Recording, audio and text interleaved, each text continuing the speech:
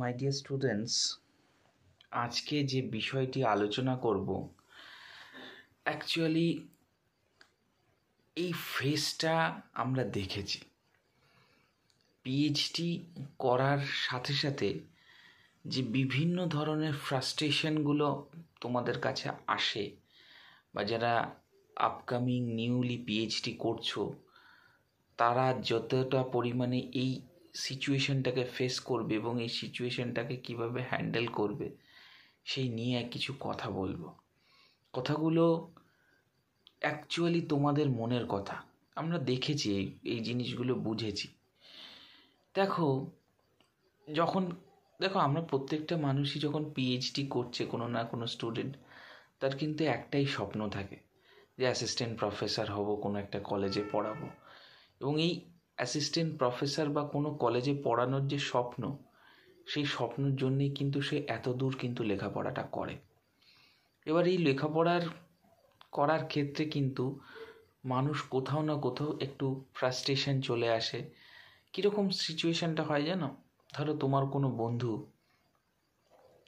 কোনো প্রাইমারি স্কুলে হোক, কোনো হাই স্কুলে চাকরি পেয়ে গেল, তুমি পিএইচডি করছো, স্টিল আনএমপ্লয়েড।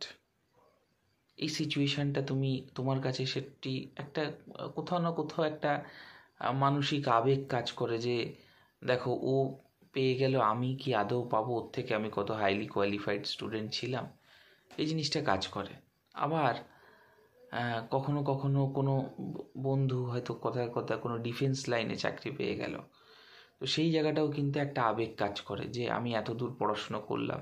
পারিপার্শ্বিক যে মানুষের, আশেপাশের মানুষ বলে, এ কী রে পিএইচডি করে কি করছিস, এখনও কোনো কাজবাজ পেলি না, কত টাকা ইনকাম করিস, পিএইচডি করে কি কোনো মাইনে পাস?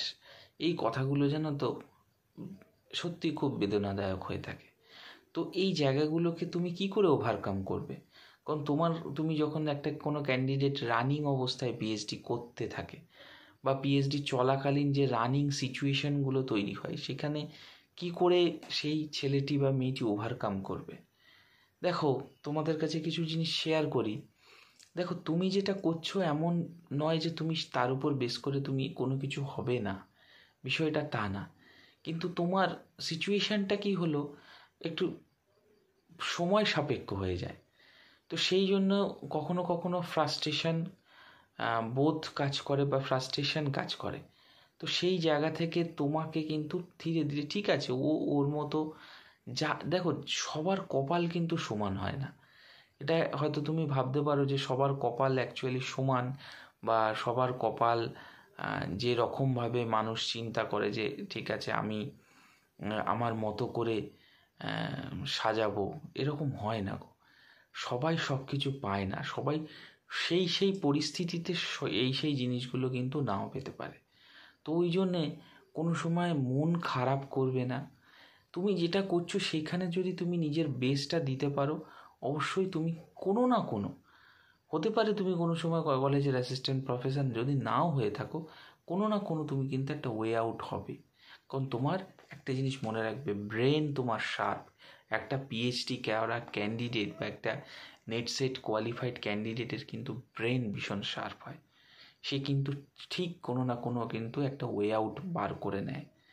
এবার দেখো, হতে পারে এই মুহূর্তে বা এই সিচুয়েশানে তোমার সেই মানে তোমার সাথে সেই তুমি যেরকম চাইছো ঠিক সেরকম হচ্ছে না। কিন্তু এমনও তো নয় যে তোমার সাথে পরবর্তীকালে ভালো কিছু ঘটবে না। ওই জন্য মন খারাপ করবে না। দেখো, প্রচুর মানুষ পৃথিবীতে আছে যারা তুমি যেইটুখানি সুযোগ পেয়েছো তার থেকে হয়তো আরও কম সুযোগ পেয়েছে।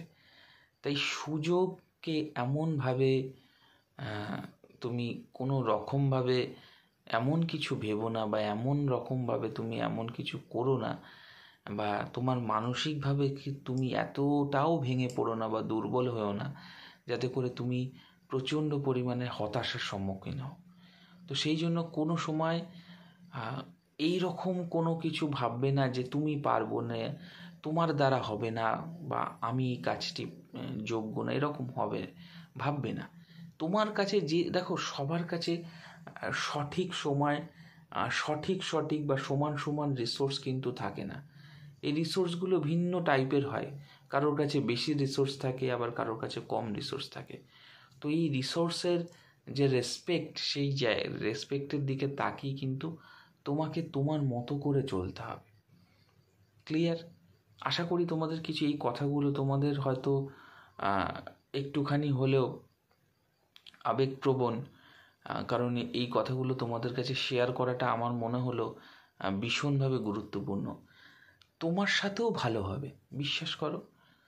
তুমি এত দূর লেখাপড়া করেছো, কিন্তু কি বলো তো, অনেকের কি হয়, জীবন স্রোতে পরিস্থিতি এমন সিচুয়েশান তার কাছে নিয়ে আসে যে তার লাইফটা একটু লং টার্ম হয়ে যায়।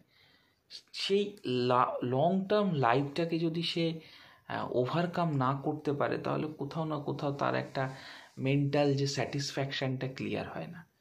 তো এই জন্যে কখনো কোনো সময় এই রকম ভাববে না যে আমি পারি না, আমার দ্বারা এটা সম্ভব হবে না, এরকম ভাববে না। অবশ্যই তুমি যে রকম জায়গাতে রয়েছো, যে রকম সিচুয়েশানে রয়েছো, অবশ্যই তোমার ভালো হবে। কীভাবে ভালো হবে সেই জিনিসটাকে কিন্তু বোঝাটা কিন্তু দরকার। দেখো, কোথাও না কোথাও কোনো না কোনো দিক থেকে কিন্তু তুমি কিন্তু ওভারকাম করবে। এটা কিভাবে করবে সেটা নির্ভর করে তোমার চিন্তা শক্তি, তোমার মানসিক শক্তি এবং তোমার ইচ্ছা শক্তি, এই সমস্ত বিষয়ের উপর।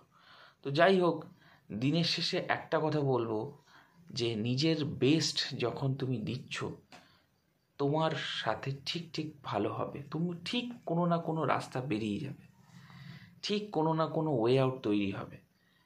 এমন না যে তুমি কোথাও না কোথাও তুমিও কিন্তু জিতবে। তো এই রকমভাবে ভাবার কোনো দরকার নেই যে আমি অ্যাট প্রেজেন্ট যে সিচুয়েশানে রয়েছি, সেই সিচুয়েশান থেকে অবশ্যই আমি বেরোবো। যে যা পারছে করুক, যে যেমন বলছে বলুক। ঠিক তুমি নিজেকে স্থিরতা রেখে নিজের কাজটুকু করে যাও, অবশ্যই দেখবে কোথাও না কোথাও দিয়ে তুমি কিন্তু ওয়ে আউট তৈরি ঠিক হবে। তোমাকে কেউ হারাতে পারবে না।